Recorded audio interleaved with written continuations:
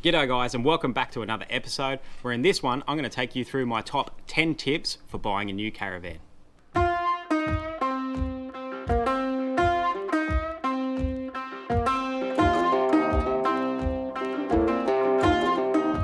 So we bought our first brand new caravan last year before we head off on the trip, and that's our 18-foot 2021 JB Gator X. Alright, so my number one tip is do your research about your tow vehicle. Now, by that I mean learn about your tow vehicle's towing limits. All of your weights are associated with your particular vehicle. They can be quite daunting. It's one thing that I had no idea about before we bought our van, but after doing a lot of research, you start quickly crossing off a lot of vans off your list, because if you have a lower towing capacity like we do in the Ford Ranger, you start realizing that some of those big, beautiful dual axle vans are not possible to tow if you want to take the amount of gear that you initially think you're going to take on your trip. So there are plenty of videos out there, there's plenty of articles on the internet. Start doing your research now and really learn about all those weights, and it'll help you out a lot. Number two, check the payload of the caravan that you're looking into.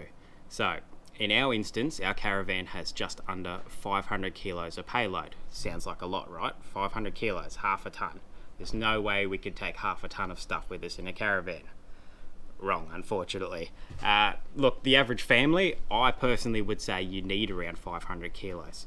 So what you have to factor in is you've got gas, you've got all your water. So we've got nearly 200 litres of water, which really isn't that much in the scheme of things these days. Some people have a whole lot more, but that's 200 kilos right there.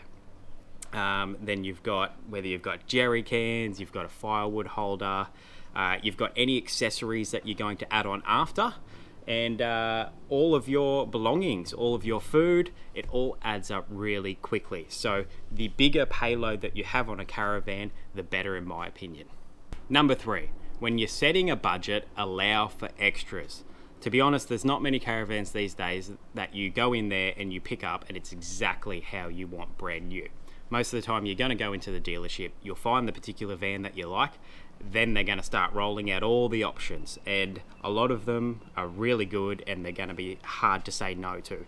So set your budget for the caravan and then have an allowance for how much you're going to spend on extras. You can even do your research beforehand.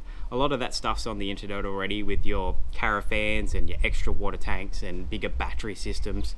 You can get a rough idea of what you're going to spend, so when you go into the dealer, you already know what you're talking about and you don't get caught up in the moment and signing off on spending heaps of money on all these extras. Number four, airbag suspension. Now, this is not going to apply for everyone, and it really comes down to what you are doing and where you're going with your caravan. Now, airbag suspension has a lot of benefits. Leveling your van is number one. So we rock up at any site, we don't have to worry about pulling out chocks and ramps and worrying about where we're actually parking it. We pull up, we open up our little air control unit and we just level the thing straight out. I absolutely love it.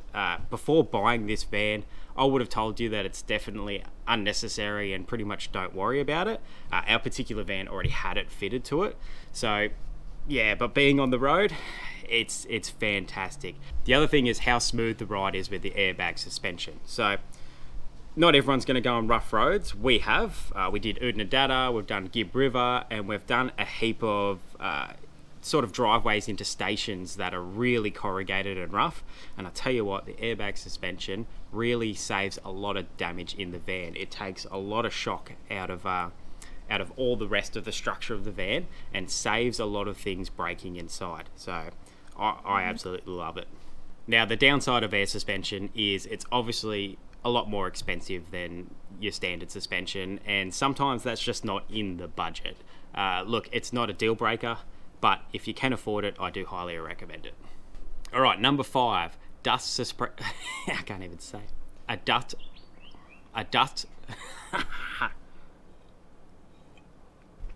All right, number five, a dust suppression system. That's a mouthful. Now, once again, it's not going to apply for everyone. If you're not doing all those dirty, dusty tracks, you're pretty much staying to sealed roads, it's not going to be a problem. And on top of that, some caravans are built well enough that you will not get dust in there anyway. In our situation, we didn't want to risk it, so we just paid for it straight up. We got the Caravan Sahara. I think it was about $2,000 fitted, and I tell you what, we are so glad we got it, because especially the Gibb River, or Oodnadatta was bad too, but there was so much dust, and you see some people pulling up at campsites at the end of a long day, driving on corrugations. All you want to do is open your door, go grab out a beer and just kick back, and there is dust everywhere. Now, touch wood, we haven't had a single bit of dust in our van, and I put that all down to the Caravan Sahara. So there's basically the Caravan Sahara, there's the Dometic DRS, but the difference between those are that the Dometic is unpowered. It's all got to do with the force of the air once you start traveling, but they don't start working, I think, until about 25 kilometers an hour. So that's why we went for the Caravan. It was more expensive, but once you've turned it on, it is always working, and you can actually stand at the door and feel the air coming out of any little hole, like the keyhole and stuff like that. So I highly recommend them. Number 6, extra water storage. Now, this is a bit of a double-edged sword, because you want more water so you can go off-grid for longer, but you also don't want the extra weight most of the time. So it's a bit of a tricky one.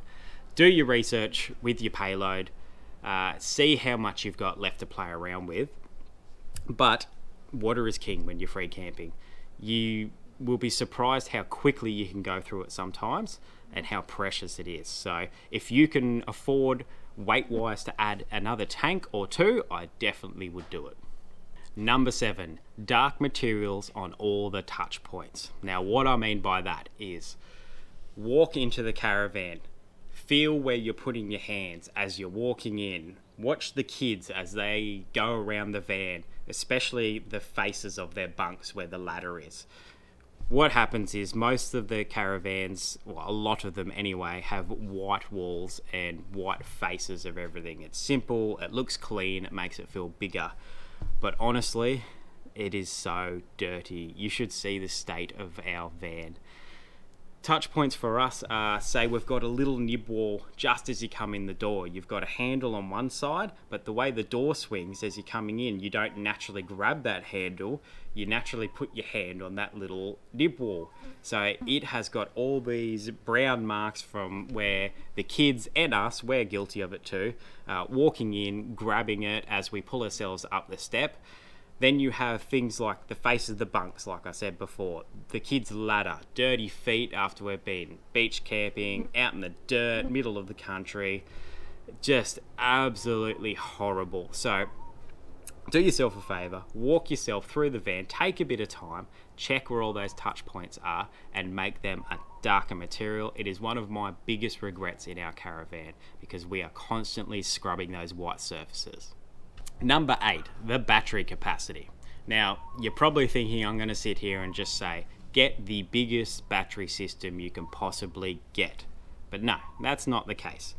What I suggest is sit down and figure out what you are going to use that uses power in your caravan, and figure out how much power it's actually going to use.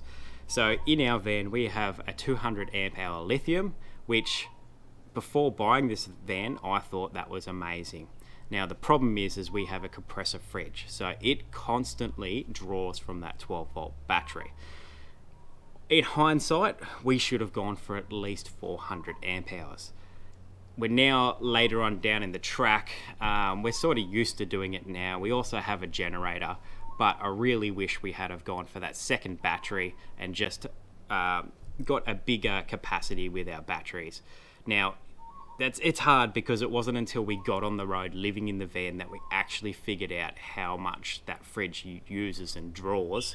And we thought we were going to be fine, to be honest. But since being on the road, we spend almost every day looking at our battery monitor. If there's a few clouds, we start going, oh no, we better chuck out the extra solar blanket and, keep checking it, or turn this off, turn that off.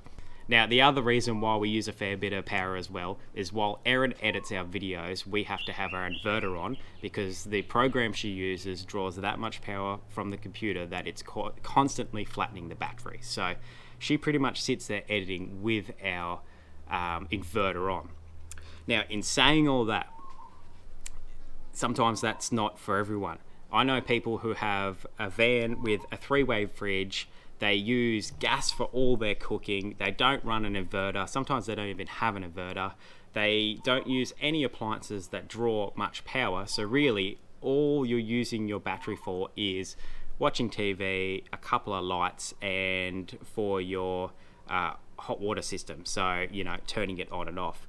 And they get by with a simple 100 amp hour AGM battery and one solar panel. So, like I said, you don't have to go spend all your money on a massive battery system if you don't need it. But do your research, figure out how much you do actually need.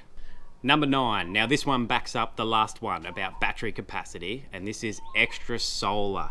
If you can fit extra solar on your roof and you're going for a decent sized battery system, then add as many panels as you can. In my opinion, if you've got the real estate up there, put panels on.